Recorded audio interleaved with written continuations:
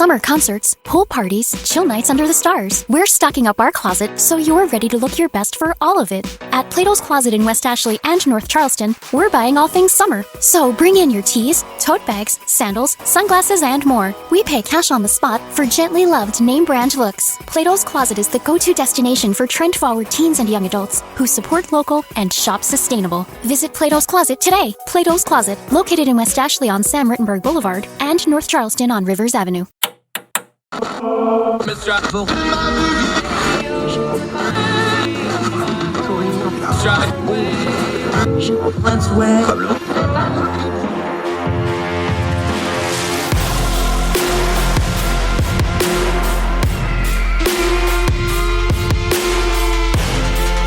your host, Andrew Donaldson. This is Heard Tell. You might have heard tell that science has been all over the news since the beginning of the pandemic. COVID-19 brought about things like believe all scientists and believe all science, and we have to listen to the experts and all these things. And that landed differently with different people. Of course, we need to hear from experts, but those experts are also just people like all the rest of us. They have bad days, they have good days, they get things right, they get things wrong. Well, we're going to turn down the noise today on Believe All Science and talk to one of our favorite scientists, our buddy Michael Siegel.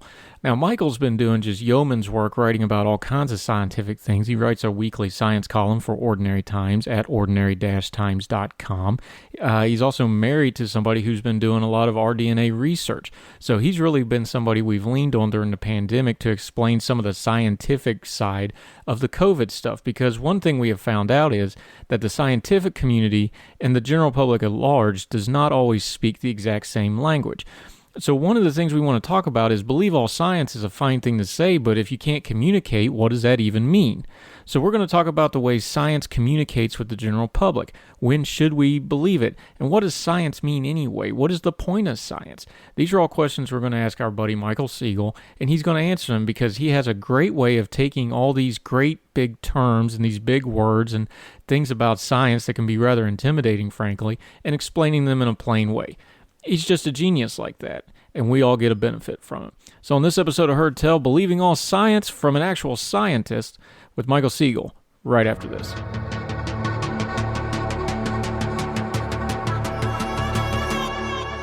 And I'm going to really enjoy this one because it's somebody I like talking to, and I get to talk to online frequently because we work together with Ordinary Times. But Michael Siegel, how are you, sir? Really appreciate you taking the time to join us. I'm good. How are you doing down there? I'm fantastic. It's been nothing but unmitigated chaos, but it keeps the voices quiet, so it's good to stay busy, my friend. Just real quick for folks, since we have to believe all scientists now, let's hear the credentials. You are a bona fide, real-life, certifiable scientist, right?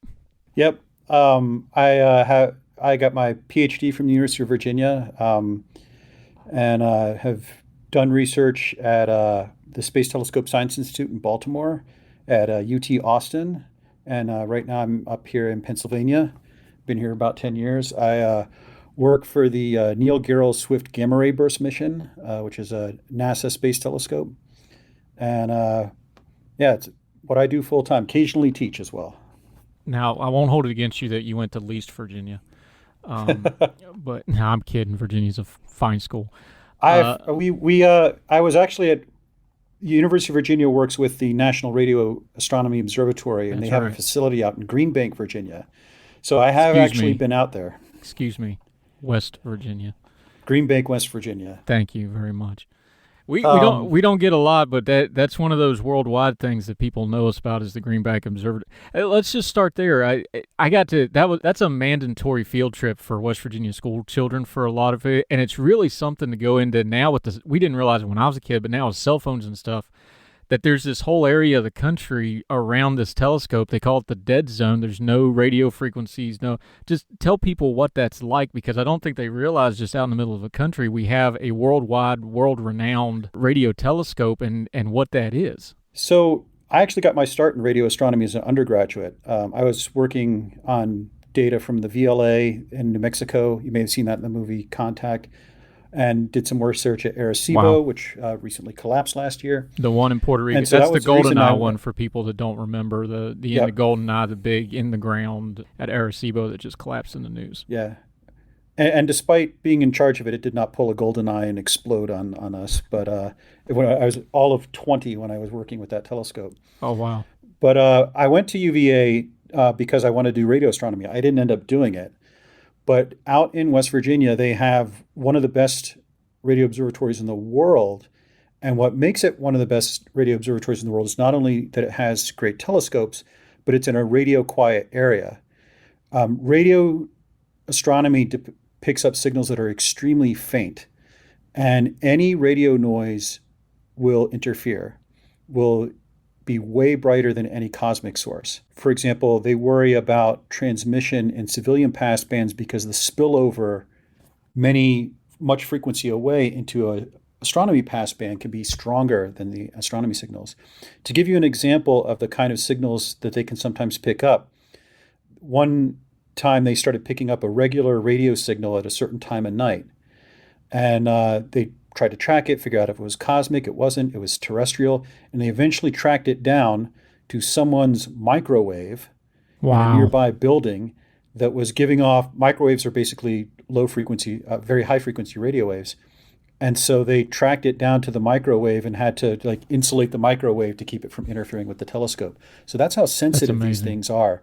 And having that area of West Virginia where you have, this radio quiet area is just so beneficial to doing radio astronomy. And it is really a world-class facility.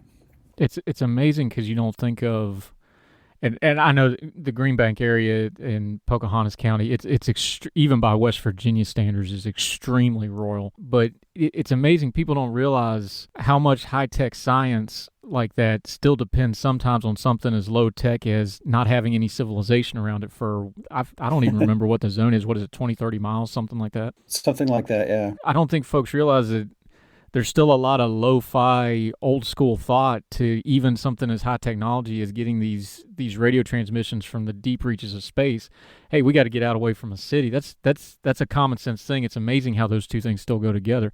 Do you find that a lot as you've progressed in your career of the big words and the terminology and now the technology that we have, and then you still end up applying these basic principles that everybody can understand when you get down to it? Absolutely. I mean, I worked in optical astronomy for a long time. And one of the things we worry about a lot there is sky pollution, that even with a city that's tens of miles away, the light that is scattered off the atmosphere can be very bright in a telescope. And so we found that, just basic things like shining lights down, changing the bulbs that are in the lights can really help with what we're doing out there. And the technology we use is, I mean, it's on the one hand incredibly sophisticated, but there's a very nuts and bolts aspect to it of just the same kind of engineering we've been using forever to get things to work. To give you a more concrete example rather than just vague stuff, one of the things that we want when we go to a telescope is to get the sharpest images we can. The atmosphere blurs images from the stars, and so we want to account for that and get the sharpest images we can. And that's why we build telescopes on mountains. That's why we build them in deserts, because water vapor interferes with that. But a lot of that is just air molecules moving around, blurring the images from the sky. And so we spent many years we eventually figured out that most of that interference was coming from the dome itself. Heat flowing out from the dome, air currents within the dome, creating, kind of like when you see a mirage on a hot day on the sidewalk. Yeah, like It was heat kind of waves. like that at a much lower level, blurring the images in front of the telescope. And they tried all kinds of things, and it turned out the best solution was to actually cut louvers in the dome, or in some cases retract the dome or fold it down completely to just allow the air to flow. Wow. And once you got the airflow going really well, the images got much, much better. Is there something philosophical to the idea that as we try to look deeper in space, that the molecules right in front of us are the things that's the most getting in the way? Yeah, it is kind of a profound thing. When I was in graduate school, my advisor, when we would be sitting in the astronomer lodge finishing dinner and it was starting to get dark, he would start making these plink plink noises of photons hitting the closed dome that we needed to get out there and open the telescope. And he said to me, Mike, those photons have traveled billions of light years. Wouldn't it suck if they if they got all that way and then just hit a closed dome 1 nanosecond before they were going to be detected? Wow. I've heard of dad jokes, but astronomer jokes with that. That's pretty good. I like that. Speaking of, when people hear astronomy, astronomers are not exactly rock stars, but social media has done what it's done to a lot of things like academia and the media. It has rose up some superstars. You took exception with probably the one astronomer just about everybody knows about, Neil deGrasse Tyson, or astrophysicist, I should say. You took a little exception with him a little while back because talking about science is truth. And you wrote for us in Ordinary Times, and I'll just read it back to you, that the problem with phrasing science as truth is that science is often wrong. I'm quoting you here. Science are not magicians or seers. We get it wrong, and we get it wrong often.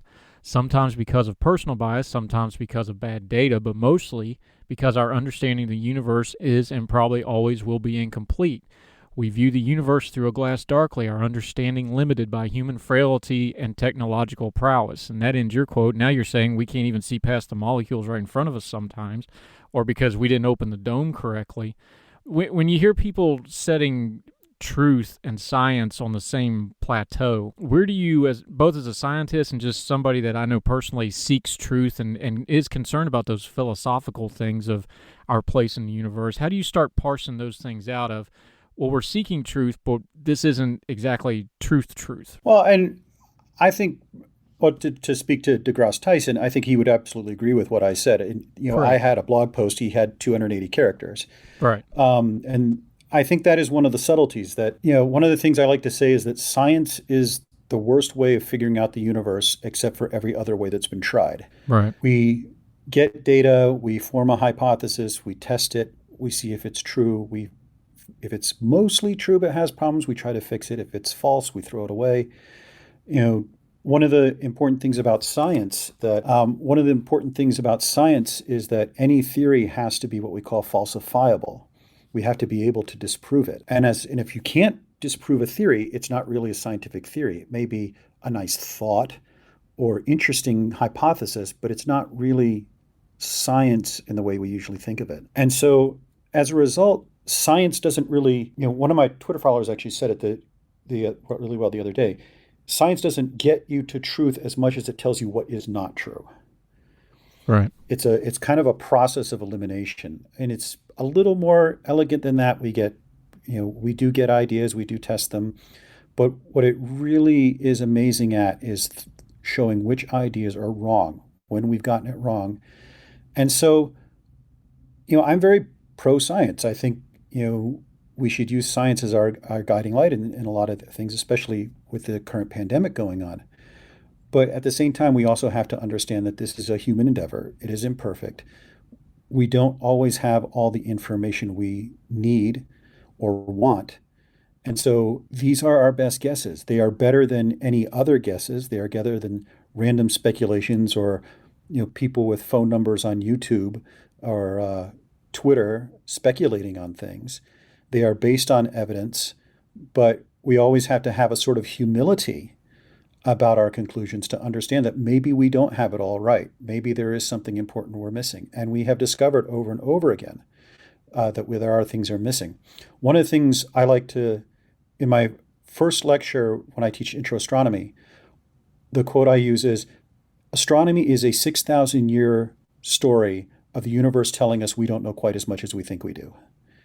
The ancient Greeks thought that the Earth was at the center of the universe, the sun and the planets moved around that, and the stars were crystals in a fixed sphere.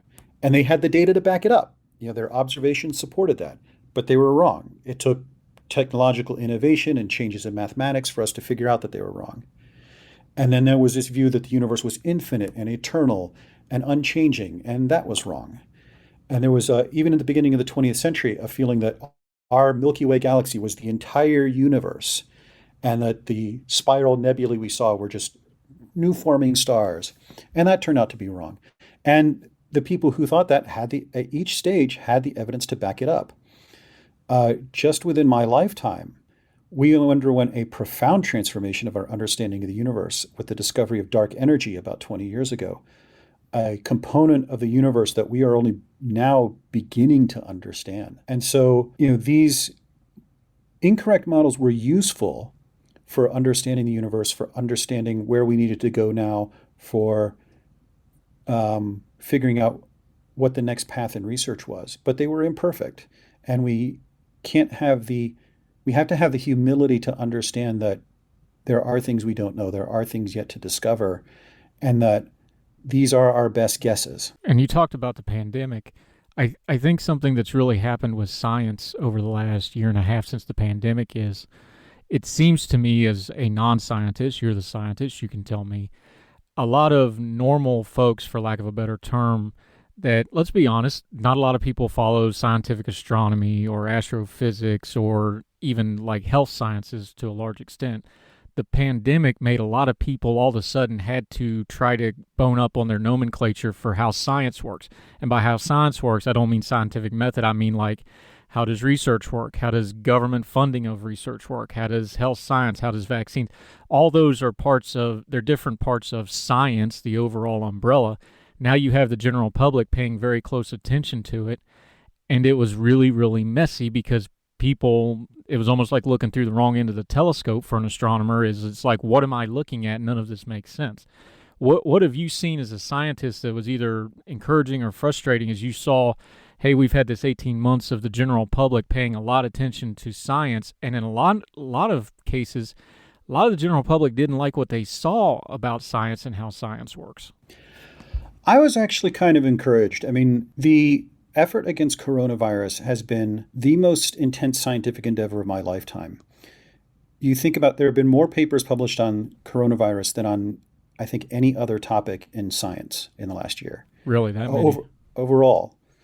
There have been, you think of the effort we went to characterize the virus, to figure out how it spreads, to figure out how to mitigate it, to figure out what treatments worked, to figure out eventually a vaccine, and now to figure out how we get out of all of this. It has been an incredibly intense endeavor. This is Apollo mission, Manhattan Project level stuff. And even I, as someone who follows this every day, don't really sometimes appreciate what we have been in the midst of. Now, one of the aspects of that, though, is that many of the things that go on in science is people are getting to see how the sausage is made. Many of the things that go on in science, disputes, errors, misinterpretations of data, in one case, unfortunately, outright fraud, these are usually things the public does not see because it's not happening in the public. It happens in journals, it happens at conferences, it happens in emails. But because of the critical situation, we had to get papers out fast. We had to let the public know what was going on, how our thinking was changing. And, I think on the one hand, that's a bad thing because it may undermine some confidence that sometimes, showing that sometimes we're pretty sure of things that turn out not to be true. But on the other hand, I think it's also good in that the public gets to see that this isn't just edicts handed down from on high. This isn't just Dr. Fauci goes out and issues a decree and everyone agrees. There's debate, there's discussion, there's arguments, there's back and forth. And eventually we reach a consensus. But even then, there's still challenges to the consensus. New papers come out, new discussions erupt, and so forth. I've actually been kind of encouraged by the way the public has responded to this. I think they placed an enormous amount of trust in science. We saw the vast majority of people were wearing masks. People did social distancing. Lots of people are taking this vaccine, despite the efforts of many people to try to talk them out of it. We have done, as a society, I think, you talk about on your podcast, turning down the noise. I think the noise of people arguing about, oh, is COVID real? Oh, it's worse than the flu. No, it's not worse than the flu. Oh, the vaccines are killing people and so forth. I think that's a lot of the noise. I think that the vast majority of the public has understood the principles, if not the specifics of things, and placed a great deal of trust in scientists we have several 100 million people in this country who have gotten vaccines that didn't exist a year ago. That's an enormous amount of trust from the public. And thankfully, it appears to have been vindicated by the falling caseloads and the very low number of side effects we're getting from this. Take that the other way now. It was very apparent that a lot of these scientists and the health officials, a lot of these people are not accustomed to being public facing. They're not what we would call customer service in any other field of endeavor. that's not what these folks do. They're researchers, they're scientists, they're doctors. It was readily apparent that there was some issues and there was a communication and a culture gap between them and the general public. You've talked about how you think the public kind of rose to the occasion and put a lot of faith. Has the scientific community, do you think they've learned some lessons here of, hey, we're in a social media age, we're in an age with the pandemic of we have to be able to maybe change how we've done things, and even though we're academic and scientific, we've got to be able to communicate these things to the general public. Do you think they're going to learn the lessons of the last 18 months of, even when we're right, we have to present it a certain way to folks that we have to endear trust from? I think so. I think that let me think about this. I think there was a great need early on for some public figure to do sort of like the equivalent of Roosevelt's fireside chats, Right. to basically have like a podcast or a YouTube channel to basically sit down and say, this is what we think we know. This is why we think we know it. This is what we're trying to figure out. And to sort of keep the public more apprised on sort of the bird's eye level of what's going on rather than in the details. I do think one of the things I've seen that's been kind of refreshing is there have been a few people who have gone back and said, all right, here's what I got wrong. Ellie Murray, Right. Who I follow on Twitter, she had a whole article where she said, these are the things I got wrong, and explained why she got them wrong and what persuaded her that she was wrong. I think we need a lot more of that at this stage, of people admitting that we made errors. I mean, they were understandable errors. Like, probably one of the biggest ones was understanding how coronavirus spreads. Early on, we were telling people, wash your hands, don't touch your face, and so forth. But it turns out that kind of contact doesn't spread it very readily. It's mostly an air. And so I think that's something that needs to be made a little more clear. It was an understandable mistake. This is how the flu spreads. This is how other diseases spread. This is how we thought it spread. We had information saying that. But as that went on, we were slow. So I think, and I understand why this is the case.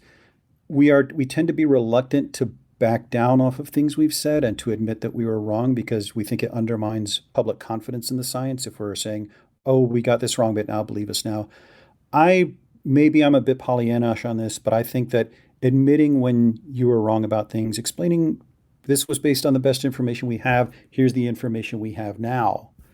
I think that's a better way to instill public trust, to admit that you're human, basically. What's the fear there? Is it, besides just human ego? Because, of course, scientists are like everybody else. They want to be the best and they want to be right, especially in a time period like this where all of a sudden, if you got the right credentials, you're going to wind up on television in front of a camera somewhere. But besides the ego part, though, what is it is it peer pressure? Is it, there's only so much research money and grant money and you don't want to stain when you go to compete for things like that? What is it that drives that in the scientific community that might be different than the general population of, oh, I want to get this right, I've got to be right, I can't make a mistake, and if I make a mistake, I better not admit it or try to deflect the blame on it? I don't think it's unique to the scientific community. In fact, I would say the scientific community is a little more willing to admit mistakes.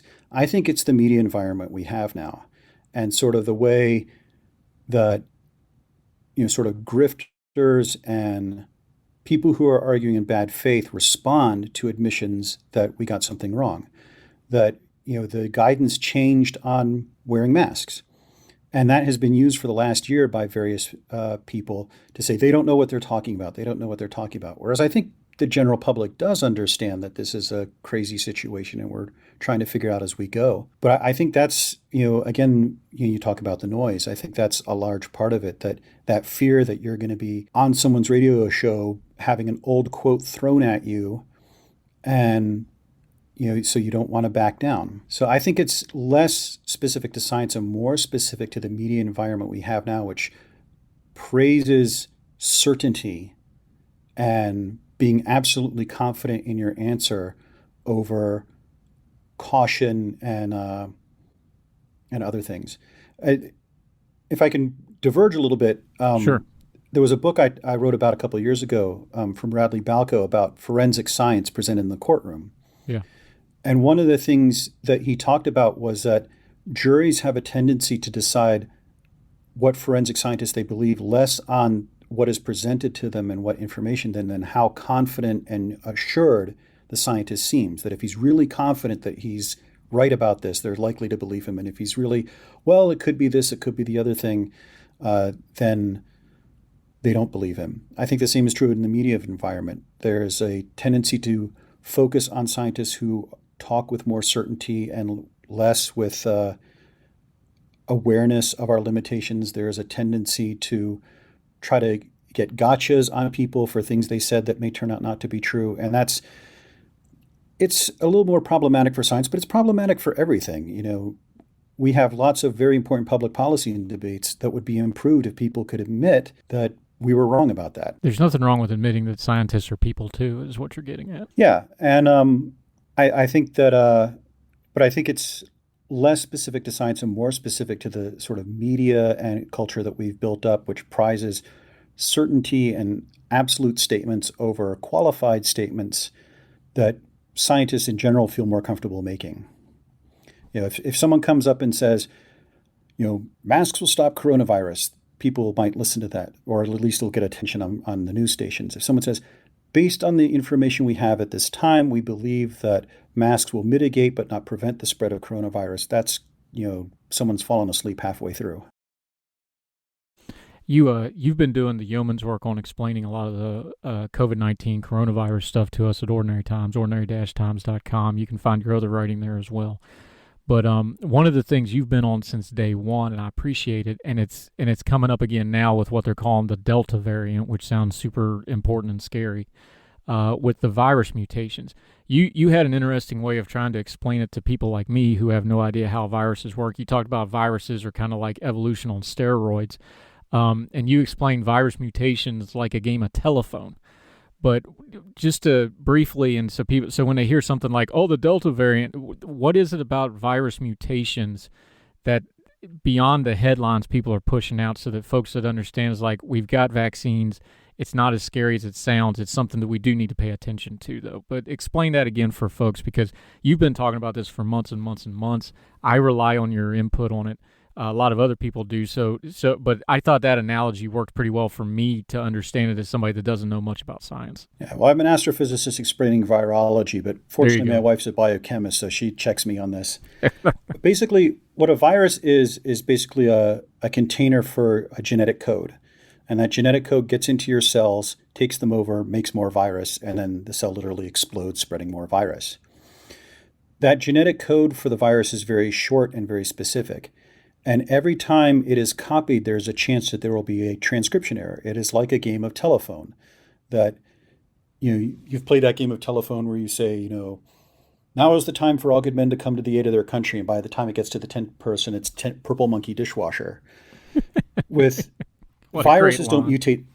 Virus, it's from The Simpsons. Yeah, I know. But, great, good stuff. Viruses don't mutate that dramatically. But every time they copy themselves, there's that possibility of a transcription error. Most of the time, that doesn't matter. They do it all the time. It's actually kind of useful because it lets us track transmissions that we can look at various little families of viruses and see how they're being spread. But occasionally, it will mutate to something that fundamentally changes the operation of the virus. It might make it more deadly. It might make it less deadly. It might make it spread easier, or it might make it spread less easy. And these are the variants that we worry about. The Delta variant, and before that, the Alpha variant, these are mutations to the spike protein. This is the little spike that the virus uses to attach to your cells, open them up, and throw its own genetic code in there so it can start making virus. And the vaccines we have cheat your body to recognize the spike protein so that it doesn't accept it and recognizes that that's dangerous. These caused mutations to that so that, one, they became more effective and they infected the body more. And the concern was that it mutated the spike protein enough the vaccines wouldn't work. The information we have now is that this is not fooling the vaccines. The analogy I used on Ordinary Times was that the virus is trying to sneak into your body wearing a false mustache and faking a British accent. And your body's like, I know who you are. So that's the relief so far. The variations we have had are susceptible to the vaccine, that your body is smart enough to recognize this slightly different version of the virus ramp up its immune system and kill it. We do worry at some point down the line we will get something that the vaccines won't recognize or more likely will be less effective against. And then we'll have to probably tweak the vaccines and have booster shots or something like that. But we haven't gotten to that point yet. Coronaviruses don't mutate as much as, say, the flu virus. We have to get a different flu vaccine every year because the flu virus mutates so dramatically. So we have been lucky so far. And one of the biggest arguments for getting people vaccinated is that every time you think about it, playing that game of telephone, if you're playing a game of telephone with 3 people, the message is not going to get changed too much. If you're playing a game of telephone with 1 million people, the message will be incomprehensible at the end.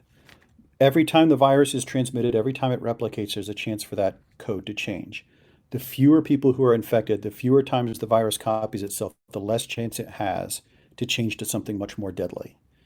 And so that's why vaccination is so important because, apart from protecting people from getting sick and dying, it also mitigates this risk that the vaccine will mutate into something that's truly dangerous. And just since you brought it up, and it's one of the favorite conspiracy theories on social media, a spiked protein is not a conspiracy theory in and of itself. Spiked protein is good science when it comes to virology, correct? Yeah, the spike protein is, so you can imagine a virus having the way it would look in the coronavirus. It's like a big sphere with all these little things sticking out of it.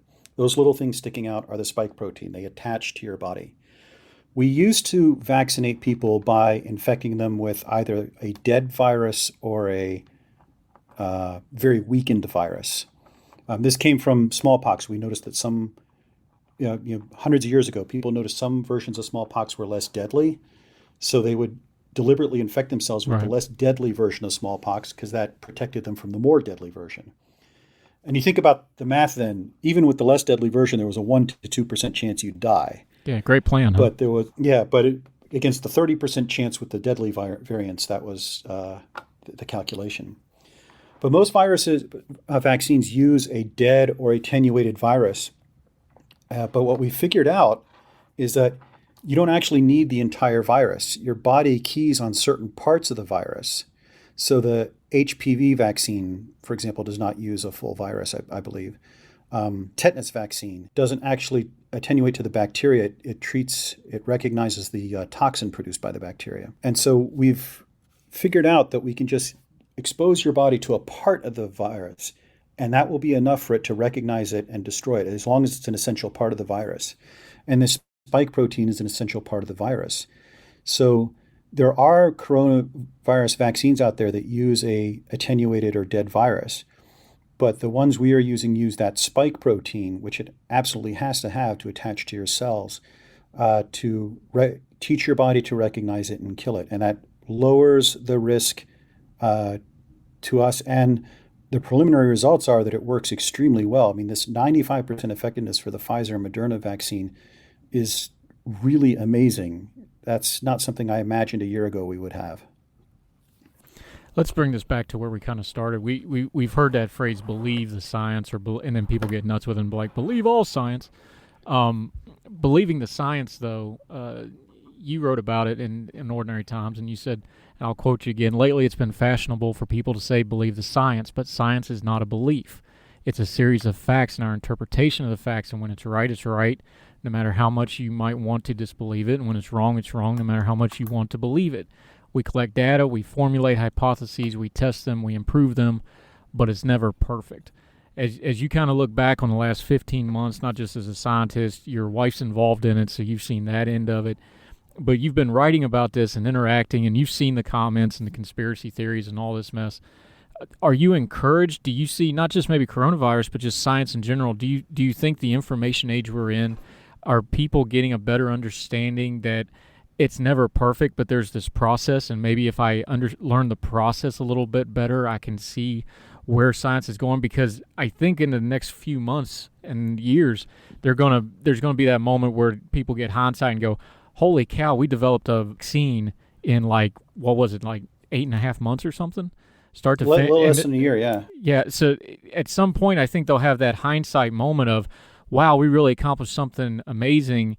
Are you encouraged that maybe the flash and the sizzle of the science steak will meet up to the substance of it here in the near future, and folks will start putting them together and go, oh, I understand the process a little bit better now because they have this transparency through things like social media.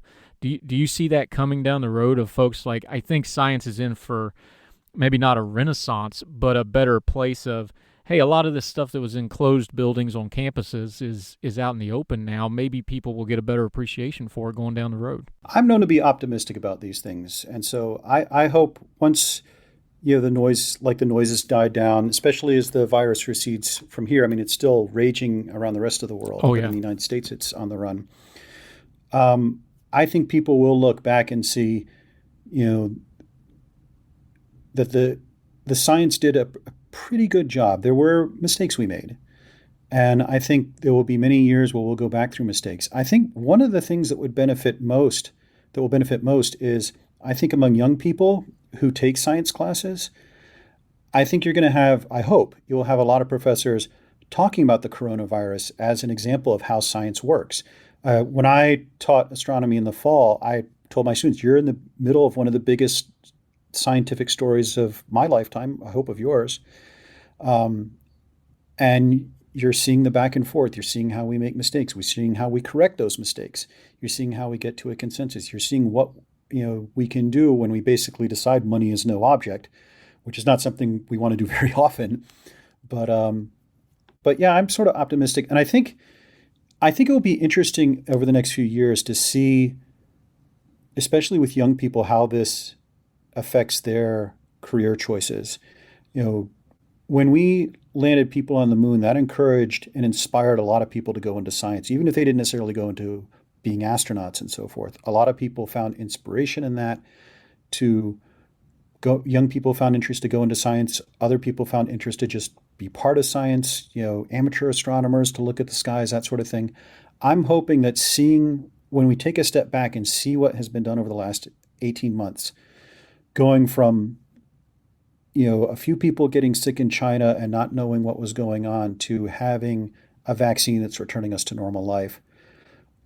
I hope, and I think it will inspire a lot of young people to go into science, not necessarily into virology, but into other sciences, to say, hey, I want to be a part of that. This was, something amazing that was done, and I want to be part of something that's amazing.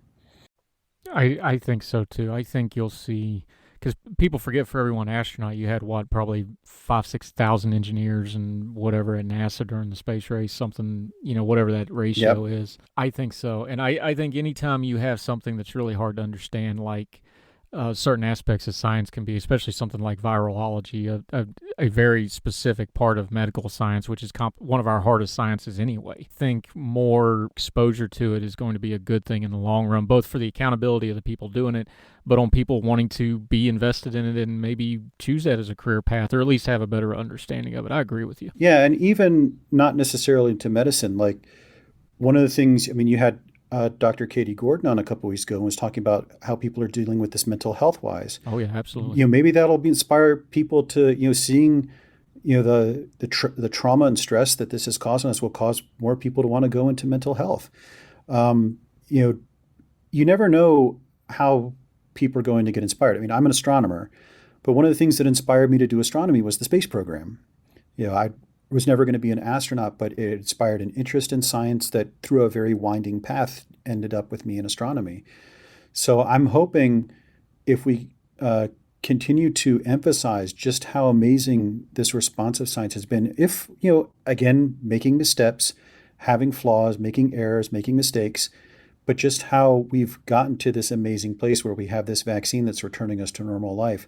I think the more people think about it, the more they'll think, I'd like to be a part of that, at least in some small respect. I'd certainly hope so too. Tell me real quick, my friend, where folks can find your stuff.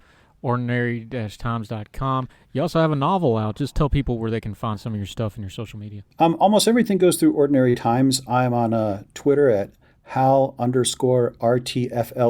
That's from Right Thinking from the Left Coast, which was the dead blog I wrote for before I went to Ordinary Times. I have my novel link there. It's called The Water Lily Pond. It's set in the near future and about biotechnology, actually. I publish stuff on science and occasional short stories or stuff about movies. And one of the things that I love about Ordinary Times is, I don't have to have this little niche where I'm confined to. That if I come to you and say, hey, I wrote this 2-part epic thing about Miyazaki movies, you're like, great, let's run it. And for someone whose mind is sort of all over the place, that's a very it's a very big temptation. But sure. But everything, if you go to Ordinary Times and click on my name, you'll find links to everything that I do, including my own website where I occasionally publish short stories. And he's in the middle of a 3-part short story right now that you can find as well, part of the OT Contributor Network. Michael Siegel, I always value your opinion on lots of things, so thanks for coming on and sharing your thoughts and expertise with everybody on Heard Tell. I really appreciate it. No problem. Love being here. Thank you, sir.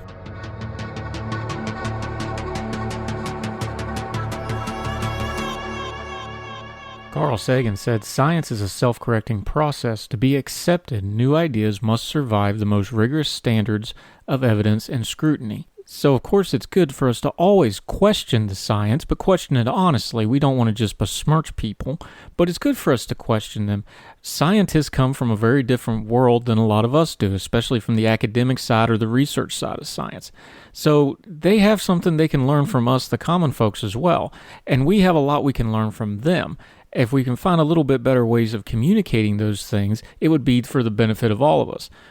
But we're also all grown folk adults here. We understand that things like culture and politics color things like science and color how we look at things.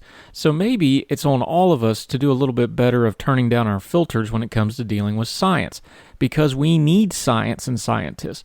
We didn't understand hardly anything about the COVID pandemic.